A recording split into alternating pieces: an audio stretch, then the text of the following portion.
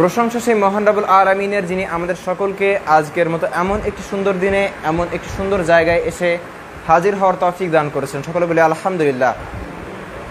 এরপর দুরুদ ও সালাম প্রেরণ করছি তার প্রিয় নবী মোহাম্মদ মুস্তাফা সাল্লাল্লাহু আলাইহি ওয়াসাল্লামের উপর। আল্লাহুম্মা সাল্লি আলা মুহাম্মদ, আল্লাহুম্মা বারিক আলা মুহাম্মদ। নবী করিম সাল্লাল্লাহু আলাইহি ওয়াসাল্লাম একদিন বলছেন যে, পূর্ব দিকে তাকিয়ে বলছেন যে পূর্ব দিক থেকে একদল লোক বের হবে যারা তোমাদের থেকে, সাহাবীদের থেকে বেশি বেশি আমল করবে। তাদের আমলের কাছে তোমাদের আমল কিছুই না, কিন্তু তাদেরকে যখন পাবে হত্যা করতে হবে। তারা ধর্ম থেকে এমনভাবে বেরিয়ে যাবে যেমন তীর শিকারকে ভেদ করে বেরিয়ে যায়। যদি কোনো তীরন্দাজ তীর নিক্ষেপ করে একটা শিকারকে এফোড় ওফোড় করে বেরিয়ে চলে যায়, এভাবে তারা ধর্ম থেকে বেরিয়ে চলে যাবে। এটি হচ্ছে পূর্ব দিকের লোকের অবস্থা। এক মসজিদে একজন ইমাম আমাকে বলছে যে পূর্ব দিকের লোকের মর্যাদা পশ্চিম দিকের থেকেও বেশি। পশ্চিম দিকে কারা? আরব, যেখানে নবী স্বয়ং এসেছে। তো আমি বললাম যে পূর্ব দিকের লোকদেরকে দেখলে নবী হত্যা করতে বলেছে, যারা বেশি বেশি নামাজ পড়ে, বেশি বেশি সিয়াম পালন করে, এমন একদল লোক, সকলকে না, যাদেরকে দেখলে নবী হত্যা করতে বলেছে। নবী একথাও বলেছে যে এই দিক থেকে আমাদের যে সাবকন্টিনেন্ট, এশিয়া উপমহাদেশের আমরা, ভারত, বাংলাদেশ, পাকিস্তান, এখান থেকে ধর্ম ধ্বংস হবে।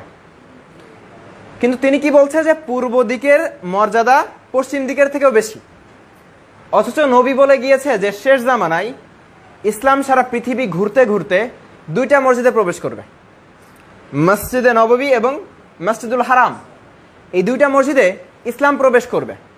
তার মানে এই দুই মসজিদ, আমাদের যে কাবা শরীফ যেখানে হজ করে, এবং নবীর মসজিদ মদিনাতে, এইখানে ইসলাম অটুট থাকবে। কিন্তু অবাক করা বিষয় হচ্ছে, আমাদের সমাজে কোনো ব্যক্তি মদিনার ইসলামকে ভালো মনে করতে পারে না। আমাদের সমাজে কোনো ব্যক্তি মক্কার ইসলামকে পছন্দ করতে পারে না। যখন বলা হয় এই আমলটি মক্কায় হচ্ছে, এই আমলটি মদিনায় হচ্ছে, আমরা রেফারেন্স দিয়ে, আমরা দলিল দিই আমাদের হুজুর থেকে। কিন্তু আমাদের এই সাবকন্টিনেন্ট থেকে কিন্তু নবী বলে গিয়েছিল যে ইসলাম ধ্বংস হবে। আর ইসলামের যে হুজ্জা, ইসলাম যে টিকে থাকবে কোথায়? মক্কা এবং মদিনাতে। অনেকে বলে আরবে তো অনেক ভুল হচ্ছে। আমি কিন্তু আরবের কথা বলি না, আমি কোথার কথা বলেছি? মক্কা এবং মদিনা। নড়াইল এক জিনিস, বাংলাদেশ এক জিনিস। তো নবী বলেছে মক্কা মদিনা ইসলাম অটুট থাকবে। আমাদের সমাজে, বসে পড়েন, আমাদের সমাজে ইসলাম ঢুকেছে কোন কোন বই পড়ে জানেন? আমাদের সমাজে আজ থেকে 10 বছর আগে যদি বলা হতো কাউকে যে বুখারী শরীফের নাম শুনেছেন? শুনে নাই। মুসলিম, তিরমিজি, নাসাই, ইবনে মাজাহ, মুওয়াত্তা মালিক, মুসনাদ আব্দুর রাজ্জাক, মুসনাদ আহমদ, সুনানুল কুবরা লিল বাইহাকি, নামগুলো কেউ এখন অনেকে শুনে নাই। তাফসির ইবনে কাসির, তাফসিরে ফাতহুল মাজিদ, তাফসিরে আহসানুল বায়ান, এগুলো হচ্ছে মূল ইসলামের মূল কিতাবগুলি। কোরআন এবং হাদিস, তারপর তাফসির, এগুলি হচ্ছে ইসলাম জানার মাধ্যমগুলি। আমাদের সমাজে এই কিতাবগুলি পরিচিত না। কোনগুলি পরিচিত? ফাজাইলে আমল, ফাজাইলে দুরুদ, ফাজাইলে হজ, মাকসুদুল মুমিনিন, বেহেশতি জেওর, কাসাসুল আম্বিয়া, তাবলিগের 6 নাম্বার, এই জাতীয় যে কিতাবগুলো আছে এগুলি আমাদের সমাজে বেশি পপুলার। কিন্তু মূল যে ইসলামের দলিলগুলো, যেখান থেকে আমরা ইসলাম শিখবো, এগুলি আমরা পড়ি নাই। এখন যখন একজন ব্যক্তি এই যে কিতাবগুলো পড়ে পড়ে পড়ে পড়ে ইসলামের বিধানগুলি জানছে, কিন্তু তখন তার বিরুদ্ধে 10 বছর পরে যখন হাদিস চলে আসছে, সে আর হাদিস মানতে চাচ্ছে না। যেমন একটি উদাহরণ দেই, অনেক বানোয়াট গল্প, এই যে কাসাসুল আম্বিয়াতে এত অভদ্র অভদ্র কথা বলা হয়েছে, বেহেশতি জেওরে এত বানোয়াট কিচ্ছা কাহিনী বলা হয়েছে যেগুলো ধর্মকে ধ্বংস করছে। মাকসুদুল মুমিনিন, মুমিনদের মাকসাদ কি? এখানে জাহান্নামীদের মাকসাদ বলা হচ্ছে, বলতে গেলে এত উল্টাপাল্টা কথা বলা হচ্ছে। ফাজাইলে আমল, আমি একটা জায়গায় বলেছিলাম ফাজাইলে আমলের পৃষ্ঠা উল্টালে জয়ীফ হাদিস পাওয়া যায়, জাল জয়ীফ হাদিস। সহিহ হাদিস নাই সে কথা না, কিন্তু সহিহ হাদিসও আছে, কিন্তু মূল ঘটনাগুলি দেখলে দেখা যায় উল্টা। এই যে আমাদের সমাজে ইসলাম নিয়ে এসেছে একদল ভাই, যারা হচ্ছে তাবলিগ জামাত, এরা ঠিক আছে, অনেক ভালো, এদের তাকওয়া দেখে আমি অনেক অনুপ্রাণিত হই, এরা অনেক ভালো কাজ করছে। এরা ঘরের খেয়ে বাইরে দাওয়াত দিচ্ছে। বর্তমানে মানুষ তো 90,000 টাকা না নিয়ে মাহফিল করতে আসে না, বক্তা 90,000 টাকা অগ্রিম নাই নিয়ে আবার মাহফিলের দিনেও উপস্থিত হয় না। এরা আলহামদুলিল্লাহ দিনের খেদমতের চেষ্টা করছে, যেটা আমাদের সমাজে নাই। কিন্তু উচিত ছিল নবী যেখানে বলেছিল যে যাচাই করতে, কথাগুলি যেটি প্রচার করব নবী বলছে কোনো ব্যক্তির জন্য মিথ্যাবাদী হওয়ার জন্য এতটুকুই যথেষ্ট, সে যা শ্রবণ করবে তাই বলবে। আমাদের তাবলিগীর ভাইদের উপর এদেরকে আমি অনেক মহব্বত করি, কিন্তু এদের ভিতরে যে ভুল সেটি হচ্ছে যেটি শোনে সেটি প্রচার করে। একটি গল্প বলি, ফাজালে দুধে গল্পটি আছে। আদম আলাইহিসসালামকে নবী যখন আল্লাহ যখন সৃষ্টি করার পরে আদম জেগেছে, ঘুম থেকে উঠে দেখে পাশে একটি সুন্দরী রমণী শুয়ে রয়েছে। শুয়ে থাকার পরে আদম হাত বাড়াচ্ছে রমণীর দিকে। ফেরেশতারা বলে, আদম হাত বাড়িও না। তখন বলছে, হাত বাড়াবো না মানে? দেখেন একজন নবী সেন্স কিন্তু উল্টা দিকে চলে যাচ্ছে, যে আদম বলছে হাত বাড়াবো না মানে এত সুন্দরী মেয়ে। তখন ফেরেশতারা বলছে যে আগে ওর মোহরানা দাও। মোহরানা কি? নবীর উপর দুরূদ প্রেরণ করো। ফাজালে দুরুদে বলা হচ্ছে। তো তখন তিনি নবীর উপর 10 বার দুরূদ প্রেরণ করেছে, এটি হচ্ছে মোহরানা। কথা হচ্ছে মোহরানার বিধান আদমের জামানায় ছিলই না, আর তখন তো আদম এখনো বেহেশতে রয়েছে। দ্বিতীয় পয়েন্ট, আদম আলাইহিস সালামের সামনে আল্লাহ কি জেনার জন্য রেখে দিবে? রাখবে কখনো? তো একটা মেয়েকে সুন্দরী অবস্থাতে, সে সুন্দরী অবস্থাতে সাজিয়ে গুছিয়ে রাখা, সে যদি তার স্ত্রী নাই হয় তাহলে এটি দেখা হারাম। হারাম তো তা আল্লাহ কি তাকে হারাম কাজ করার জন্য দিয়েছে? না। জান্নাতে প্রবেশের পূর্বেই আদম হাওয়ার যে স্বামী স্ত্রী বন্ধন অটুট হয়ে গিয়েছে। তো এই যে গল্পটি বলা হচ্ছে একেবারে ধরা বাঁধা মিথ্যা কথা। সাদ্দাতের বেহেশত নাম শুনেছেন? জান্নাত কি জন্য 8টি, জাহান্নাম কি জন্য 7টি? আল্লাহ 7টি জান্নাত বানিয়েছিল, 7টি জাহান্নাম বানিয়েছিল। বানানোর পরে পৃথিবীতে একজন কাফের ছিল, নাম হচ্ছে সাদ্দাদ। এই ব্যক্তি কি করলো? বললো আমার আল্লাহর জান্নাতের প্রয়োজন নাই, আমি নিজেই বেহেশত নির্মাণ করব। তখন সে পৃথিবীতে যত নাজ নেয়ামত আছে, সুন্দরী নারী আছে, যত সোনা চাঁদি আছে, এগুলি দিয়ে একটি বেহেশত নির্মাণ করলো। করার পরে সে যখন ওই তার নির্মিত জান্নাতে প্রথম পদক্ষেপ রাখবে, সাথে সে মারা গেল। ধরা বাধা বানর গল্প। নূহ আলাইহিস সালাম তাকে বলেনি, একটি গল্প বলার আগে একটি কথা বলেনি, ধরা বাধা বানর মানে এর দলিল জাল হাদিসেও নাই। কথা বুঝেছেন আমার কথা? মানে সহিহ জয়ীফ হাসান কোথাও নাই, খুঁজেই পাওয়া যায় না, বক্তা বানিয়েছে গল্প। নবী করিম সাল্লাল্লাহু আলাইহি ওয়াসাল্লাম বলছে, সহিহ বুখারীর হাদিস, যে হাদিস আমি আগেও বলেছি, 3461 নম্বর হাদিস, যে বাল্লিগু আন্নি ওয়ালাউ আয়া, যাই জানো একটা কথা জানলেও প্রচার করো। প্রচার করা আমাদের দায়িত্ব। হাদ্দাসু আন বানি ইসরাইল ওয়ালা হারজ, বনি ইসরাইলের গল্প বলো, তাতে কোনো দোষ নাই। কিন্তু নবী আরেকটি কথা বলেছে, সেটি হচ্ছে কোনো ব্যক্তি যদি আমার নামে এমন কথা বলে যে কথা আমার নয়, তার থাকার জায়গা জাহান্নাম। তার নামে কোনো কথা বলতে গেলে যাচাই করতে হবে যে হাদিসটি সহিহ কিনা। এবার আসি, নূহ আলাইহিস সালামের সময় একটা গল্প বলেন, আপনারা জানেন না নূহ আলাইহিস সালাম সম্পর্কে। আগে বলা হতো, বক্তারা বলতো, অনেক নাম করা বক্তারা বলতো, কি বলতো? নূহ আলাইহিস সালামের নৌকায়, কিস্তিতে অনেক তক্তা ছিল। এর প্রত্যেকটা তক্তাতে প্রত্যেকটা নবীর নাম লেখা ছিল। 4টা তক্তা ফাঁকা ছিল। এই 4টা তক্তা ফাঁকা কি জন্য? কারণ এই 4টা তক্তা এমন ব্যক্তিদের জন্য উৎসর্গিত যারা নবী না। তো এরা কি? এরা হচ্ছে 4 মাযহাবের 4 ইমাম, ইমাম আবু হানিফা, ইমাম শাফেঈ, ইমাম মালিক, ইমাম আহমদ ইবনে হাম্বল। এটা হচ্ছে বক্তাদের গল্পে আছে। আপনি আজ থেকে 20 বছর আগে যে গল্পকার বক্তা যারা, এদের গল্পে দেখবেন, কোনো কিতাবে পাই নাই আমি আজ পর্যন্ত। ওই যে প্রশ্ন করলেন কিসে আছে, আমি জানি না, কারণ আমি কিতাবে পাই নাই। জি। তো এই যে কথাগুলি বলা হচ্ছে, তারপরে বলা হচ্ছে নূহ আলাইহিস সালাম যে কিস্তি নির্মাণ করলো, তখন সকলে হাসাহাসি করলো। কথা সত্য যে মরুভূমির বুকে কিস্তি নির্মাণ করছে, নৌকা বানাচ্ছে। তখন লোকজন এখানে এসে পায়খানা করতে শুরু করলো। শুনেন নাই গল্প? পায়খানা করতে শুরু করলো। পায়খানায় পুরো কিস্তি ডুবে গেল। একদিন একটা বুড়ি পায়খানা করতে আসলো, এসে ওর ভিতরে পড়ে গেল। পড়ে যাওয়ার সাথে সাথে বুড়ি উঠেছে, যখন যুবতী হয়ে উঠেছে। ওঠার পরে এই ঘটনা যখন শুনেছে, সব মানুষ এসে ওইখান থেকে পায়খানা নিয়ে যায়, পায়খানা দিয়ে হ্যান করে ত্যান করে, পুরো নৌকা পরিষ্কার হয়ে গেল। ধরা বাঁধা মিথ্যা গল্প, ধরা বাঁধা মিথ্যা গল্প। মুসা আলাইহিস সালাম একদিন আল্লাহকে বলছে যে আল্লাহ, আমার সাথে জান্নাতে কে থাকবে? তখন আল্লাহ বলছে, এই গল্প অনেক পপুলার, অনেক বড় বড় বক্তাও বলেছে। আল্লাহ বলছে, তোমার সাথে জান্নাতে একটা কসাই থাকবে। তখন মুসা বলছে যে একজন কসাই থাকবে, কি এমন আমল তার? তো বলছে, আল্লাহ আমাকে একটু দেখাও কে কসাই। তখন বলছে, যাও অমুক জায়গায়। গিয়েছে, গিয়ে দেখে ঠিক মাংস কাটতেছে। তো ব্যবসা শেষ, তখন ফিরে যাচ্ছে যখন, তখন মুসা বলছে, আজ আমি আপনার মেহমান হতে চাই। তখন মুসা আলাইহিস সালামকে সাথে নিয়ে বাড়িতে গেল, গিয়ে বলছে, আপনি একটু বসুন, আমি আসছি। তখন একজন বৃদ্ধা মহিলাকে সে নিজের হাতে গোসল করালো।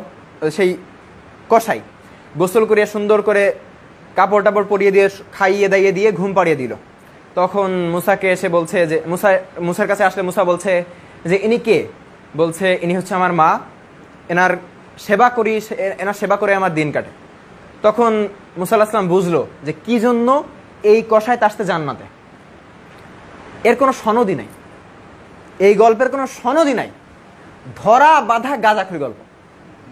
বক্তা বলছে, বানিয়ে বানিয়ে বলছে। আর এই গল্প শুনে যত শ্রোতা রয়েছে সকলে সুবহানাল্লাহি ওয়া বিহামদি সুবহানাল্লাহ বলে লাফিয়ে উঠছে। হোসেনপুরে একজন অ্যাডভোকেট বক্তব্য রাখতে এসেছিল গত 2 বছর আগে, সম্ভবত, আমার মনে নাই, যখন ওই যে হোসেনপুরে যে মাঠ আর কি, ওখানে মাহফিল হচ্ছিল, তখন আমি গিয়েছি শুনতে। এমনিতে আমি সাধারণত মাহফিল শুনতে যাই না, কারণ মাহফিলে যে সাধারণ যে বক্তাদের আমাদের এদিকে আনা হয়, এরা গল্প বলে না এমন কোনো বক্তা আমি পাই না, বানোয়াট গল্প বলছে। তো গেলাম, গিয়ে বক্তা বক্তব্য করতে উঠেছে। উঠে প্রথমে খুব সুন্দর কণ্ঠ দিয়ে, ওই যে ললিতা কণ্ঠ আছে না, টান দিয়ে গল্প শুরু করে দিয়েছে। কি গল্প আমার ঠিক খেয়াল নেই, জাল গল্প, পুরো একেবারে মিথ্যা। আমার প্রথমে রাগ হয়েছে যে এতদিন পরে বক্তব্য শুনতে আসলাম, এসে বিসমিল্লাহ করলো হচ্ছে জাল হাদিস দিয়া। গল্প বলার শেষে যখন টান দিয়ে গল্প শেষ করেছে, সকলে সুবহানাল্লাহ বলে উঠছে। একমাত্র আমি এবং আমার পাশে 3 জন লোক ছিল বলেছে নাউজুবিল্লাহ, জোরেই বলে ফেলেছি। তখন বক্তা বলছে কে কে নাউজুবিল্লাহ বলেছেন হাত তুলেন। এখন একটু ভয় লাগছে যে মানুষ ধরে আবার মারে, অনেক মারামারি হয় মাহফিলে, তো আমি ভয় রেখেও হাত তুলেছি, মাত্র 3 থেকে 4 জন। এবার বলছে হাত নামান। এবার বলছে কে কে সুবহানাল্লাহ বলেছেন হাত তুলেন। সবাই হাত তুলছে, যে মজা পাই সুবহানাল্লাহ। বক্তা এবার বলছে যে যে সুবহানাল্লাহ পড়েছেন এরা প্রত্যেকে আস্তাগফিরুল্লাহ পড়েন। ঘটনা সম্পূর্ণ বানোয়াট। তখন বুঝলাম যে না, বক্তার লাইন ঠিক আছে। জি, একটা জিনিস এক্স্যাক্টলি, এই বক্তার কি হবে? যে বক্তা এইভাবে বয়ান করছে, এই বক্তার কি হবে? আমাদের সমাজের সমস্যা হচ্ছে কিছু কিছু হুজুররা, আমি সব হুজুরদের বলছি না, হুজুরদেরকে আমি অনেক সম্মান করি, অন্তত একজন জেনারেল শিক্ষিত যে ব্যক্তি নামাজ পড়ছে না তার থেকে একজন হুজুর উত্তম। যে ব্যক্তি নামাজ টোটালি পড়ে না, যে ব্যক্তি পর্দা করে না, তার থেকে হুজুর উত্তম। সে বিদআত করুক, যাই করুক, তার থেকে উত্তম। তো তারপরেও যখন হুজুরদের ভিতরে সমালোচনা চলে আসে, আমাদের সমাজের সমস্যা হচ্ছে জায়গায় জায়গায় ছত্রাকের মতো মাদ্রাসা খুলে বসছি আমরা, জায়গায় জায়গায় ছত্রাকের মতো মাদ্রাসা খুলে বসছি আমরা। বসার পরে মাদ্রাসার যে হাফেজি মাদ্রাসার ছাত্রদেরকে ভিক্ষা করতে পাঠিয়ে দেয়। আমি বলে এদেরকে ভিক্ষুক বলি, কি জন্য? মাদ্রাসার স্টুডেন্ট একে দিয়ে রাস্তায় রাস্তায় 10 টাকা 5 টাকা আদায় করে মাদ্রাসা চালাচ্ছে। আপনাকে কে বলছে এই মাদ্রাসা চালাইতে? এরকম মাদ্রাসা নির্মাণের দরকার নাই। একজন এমপি, সাপোজ মাশরাফি, আমাদের এমপি যিনি, এনার মনে করেন একটা সন্তান আছে কিনা আমি জানি না, সন্তান আছে কিনা জানেন কেউ? আচ্ছা, ছেলে নাকি মেয়ে? আচ্ছা, আমার ছেলেটা সম্ভবত ছোট, তাই না? আমি দেখেছিলাম মনে হয়। তো মনে করেন মাশরাফি বিন মুর্তজা, এখন উনি একদিন এসেছে একটা হাফেজি মাদ্রাসা পরিদর্শনে বা মাইজ প্লাজে ঘুরছে, দেখছে একদল টুপি পরা, জব্বা পরা বাচ্চারা হাতে ব্যাগ নিয়ে দাঁড়ে দাঁড়ে গিয়ে বলছে যে আমাকে 10 টাকা দেন, আমাদের মাদ্রাসা চালাইতে হবে। এই মাদ্রাসায় কখনো মাশরাফি তার সন্তানকে দিবে? কখনো দিবে? কখনো দিবে না। কি জন্য দিবে? নিজের ছেলেকে ভিক্ষুক বানাবে কে? আমাদের হাফেজরা এভাবে ভিক্ষা করে করে করে হাফেজ হচ্ছে। হওয়ার পরে অনেক আলেমরা হাফেজদেরকে গাধার সাথে তুলনা করে। হাফেজদের মূল্য কিন্তু অনেক, আলহামদুলিল্লাহ। তারা রাগ করবেন না, আমি গাধা বলছি। কি জন্য বলছি উদাহরণটি বুঝবেন। অনেক আলেম বলে কি জন্য, যে আপনি যখন একটা গাধার পিঠে 1 বস্তা ইট চাপিয়ে দিয়েছেন, গাধা কি বুঝতে পারছে এর পিঠে ইট নাকি অন্য কিছু? আবার গাধার পিঠে 1 বস্তা কোরআন চাপিয়ে দিয়েছেন, কি বুঝবে যে এর পিঠে কি আছে? তো আমাদের হাফেজরা 3 বছর কোরআন মুখস্থ করছে, কিন্তু এ বুঝছে না যে কোরআন আছে এর পিঠে। এই যে কোরআনে কি বলছে, একটা হাফেজকে জিজ্ঞাসা করেন যে আল হাক্কু ওয়া জাহাক্কাল বাতিল ইন্নাল বাতিলা কানা যাহুকা মানে কি, জানে না। একটা হাফেজকে সূরা ফাতিহার অনুবাদ করতে বলেন, আমি গ্যারান্টি দিচ্ছি 80% হাফেজ পারবে না। পারবে? পারবে না। একটা হাফেজকে বলেন একটা আয়াতের তাফসীর করতে, পারবে না। আমাদের সমাজের এবার ইমাম কারা দেখেন। আমাদের সমাজের অধিকাংশ ইমাম হচ্ছে শুধুমাত্র হাফেজ যারা, আলেমরা না। কিন্তু আমরা ভুল করি, আলেম এবং হাফেজ দুইটা কিন্তু আলাদা। কোনো ব্যক্তি হাফেজ হলে সে ইমাম হওয়ার যোগ্যতা রাখে না, তাকে পড়াশোনা করতে হবে। সে হেফজ করেছে, আলহামদুলিল্লাহ, কোরআনকে হেফাজত করছে।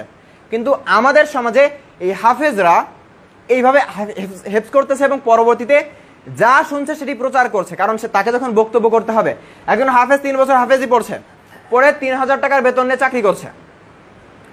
এ জানে যে এই 3000 বা 4000 টাকা চাকরি চলে গেলে এ আর চলতে পারবে না, এর আর কোনো ওয়ে নাই। কারণ বর্তমানে চাকরি হতে গেলে মিনিমাম এসএসসি পাস লাগে, তাই তো? এ চাকরি করতে পারবে না এবং এর হয়তো বা শারীরিক পরিশ্রম করার ক্ষমতা নেই। তখন কি করতে হবে? এই ইমামতি টিকে রাখতে হবে। এই হাফেজ, এই ইমাম কখনো হক বলতে পারে না, কারণ হক বললে তো চাকরি চলে যাবে। আমাদের মাদ্রাসাগুলি আজকে ছত্রাকের মতো ছড়িয়ে পড়ছে। এই হুজুরদেরকে দিয়ে জাতির কি উন্নতি হবে? যে হাফেজরা, যে বক্তারা, যারা জায়গায় জায়গায় কুলখানি করে বেড়ায়, 10 জন হাফেজকে দাওয়াত দিয়েছে যে আমার পিতা মারা গিয়েছে, কোরআন খতম করে দেন। কোরআন খতম করছে, হাফেজরা মুর্দার পাশে পাশে পড়ছে আকিমিস সালাতা ওয়া আতুজ যাকাত, নামাজ কায়েম কর, যাকাত দাও। ওর 14 গোষ্ঠীর ক্ষমতা আছে নামাজ কায়েম করার।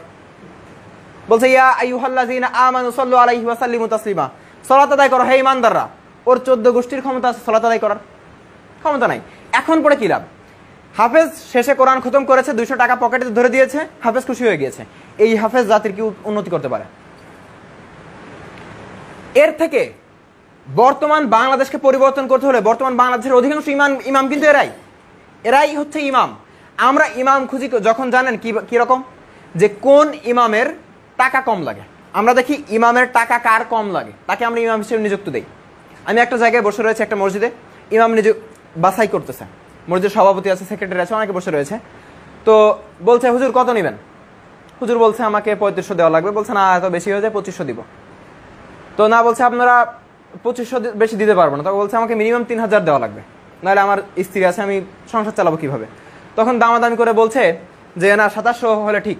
আচ্ছা, বলছে আচ্ছা ঠিক আছে, 2700 আপনি ইমামতি করেন। এই টাকার জন্য যে ইমামতি করছে, এই হাফেজ জাতির কোনো উন্নতি করতে পারবে না। এই হাফেজ কখনো হক বলতে পারবে না। এর বিপরীতে গড়ে তুলতে হবে জায়গা জায়গায় মাদ্রাসা গড়ে। এই হাফেজি মাদ্রাসা একটা উন্নতি করতে পারবে না, বরং মাদ্রাসা গড়ে তুলুন যেখানে প্রকৃত কোরআন বুঝতে পারবে।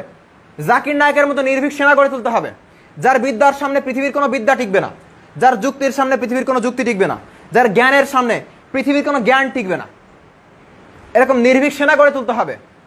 আমাদের সমাজের কয়জন হাফেজকে দেখেছেন একজন হিন্দুকে মুসলিম বানাতে? দেখেছেন কেউ? কয়জন কওমের আলেমকে দেখেছেন একজন হিন্দুকে মুসলিম বানাতে? জাকির নায়ককে দেখেন নাই? কোন মাদ্রাসা থেকে পড়ছে? হাফেজি। জাকির নায়ক 30 পারা কোরআন তার মুখস্থ নাই, কিন্তু সে এমনভাবে জ্ঞান অর্জন করেছে যে জাতির উন্নতি করছে। আমাদের দেশে আলেমরা, সর্বশেষ কথা বলে শেষ করি, যখন জাকির নায়কের বাংলাদেশে আসার কথা ছিল, আপনারা অনেকে জানেন না, তখন এক শ্রেণীর আলেম, স্বার্থান্বেষী আলেম, যাদের পেটে ঘা লাগছে, এই যে বিদাত উঠে যাচ্ছে, দেখেন যত বিদাত আছে কুলখানিতে হাফেজদের বা আলেমদের ফায়দা হয় না, 200 টাকা পায়। মিলাদে হাফেজদের ফায়দা হয় না, 200 টাকা পায়। যত বিদাত আছে প্রত্যেকটা বিদাতে আলেমের ফায়দা আছে। যত বিদাত আছে প্রত্যেকটা বিদাতে আলেমের ফায়দা আছে। আলেমদেরকে টাকা দিয়ে বন্ধ করেন। বিদাত চালাইতে চান চালান, 40 খানা করবেন করেন, বাড়িতে মিলাদ করবেন করেন, কিন্তু কথা হচ্ছে এদের টাকা দেওয়া বন্ধ করেন, দেখবেন অটোমেটিক্যালি এরাই 2 দিন পরে ফতোয়া দিবে যে জায়েজ নাই। তো যেটি বলছিলাম যে জাকির নায়ক যখন দেশে আসতে চাইলো, তখন একদল আলেম বলল যে জাকির নায়ক যদি দেশে আসে তাহলে এয়ারপোর্ট ঘেরাও করা হবে, তাকে দেশে ঢুকতে দেওয়া হবে না। অথচ বিপিএল এর প্রত্যেকটা সেশনে ইন্ডিয়ার বলিউডের কোন না কোন নায়িকা আসে। এত সব আল্লাহর ওলি না সবাই? জাকির নায়ক যদি যাই করে এদের থেকে তো উত্তম। তখন কেন আপনারা বলতে পারলেন না যে যদি এরা দেশে আসে এয়ারপোর্ট ঘেরাও করা হবে? জাকির নায়কের পিস টিভি বন্ধ করে দেওয়া হয় নাই? পিস টিভি দেখে মানুষ হিন্দু হচ্ছিল, খ্রিস্টান হচ্ছিল, ইহুদি হচ্ছিল, পিস টিভি বন্ধ করে দেওয়া হলো। আর স্টার জলসা দেখে তো সকলে আল্লাহওয়ালা হয়, পর্দানশীল হয়, তাই না? জি বাংলা দেখে সকলে আল্লাহওয়ালা হয় না? এই চ্যানেলগুলো বন্ধ করা হচ্ছে না, পিস টিভি বন্ধ করে দেওয়া হলো। কি জন্য? স্বার্থ। প্রত্যেকটা জায়গায় একটু চোখ খুলুন। সর্বশেষ বলি, আল্লাহ বলেছে জাল হাক্ক, এসেছে সত্য, অজাহাক্কল বাতিল, চলে গেছে মিথ্যে, ইন্নাল বাতিলা, নিশ্চয় মিথ্যে, কানা জাহুকা, চিরদিন মিথ্যে। সত্য যখন আসবে মিথ্যা বিলুপ্ত হবেই, হতেই হবে, হয়তো বাধা আসবে। নবী যখন নিয়ে এসেছিল সত্য ধর্ম, বাধা এসেছিল না? কিন্তু সত্য বিজিত হবে ইনশাল্লাহ। যত পীরতন্ত্র আছে প্রত্যেকটা জিনিস বাংলাদেশ থেকে একদিন বিদায় নেবে ইনশাল্লাহ। যত কবর পূজা আছে বিদায় নেবে ইনশাল্লাহ। যত বিদাত আছে বিদায় নিয়ে সুন্নতের পুনরুজ্জীবন হবে ইনশাআল্লাহুল আজিজ। আল্লাহ সুবহানাহু ওয়া তাআলা আমাদের সকলকে কোরআন সুন্নাহ মেনে চলার তৌফিক দান করুন, এবং যত বিদাতি বই আছে এই বিদাতি বইগুলোকে লাথি মেরে ঘর থেকে বের করে দেওয়ার তৌফিক দান করুন। সকলে বলে আমিন। সুবহানাকাল্লাহুম্মা বিহামদিকা আশহাদু আল্লা ইলাহা ইল্লা আনতা আস্তাগফিরুকা ওয়া আতুবু ইলাইকা। আসসালামু আলাইকুম ওয়া রাহমাতুল্লাহ।